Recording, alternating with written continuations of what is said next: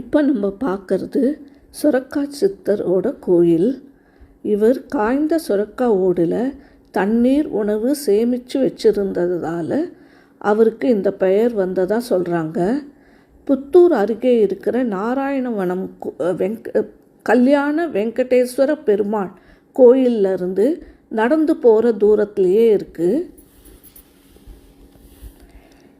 இந்த கோயிலில் நம்ம ஏதாவது வேண்டிட்டு சுரக்காவை அர்ச்சகர்கிட்ட கொடுத்து அர்ச்சனை பண்ணிவிட்டு அங்கே வச்சுட்டு வராங்க இந்த இடத்துல.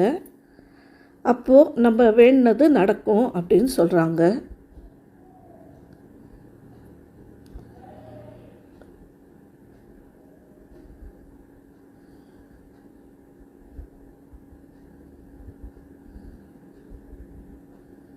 இங்கே யாகங்களும்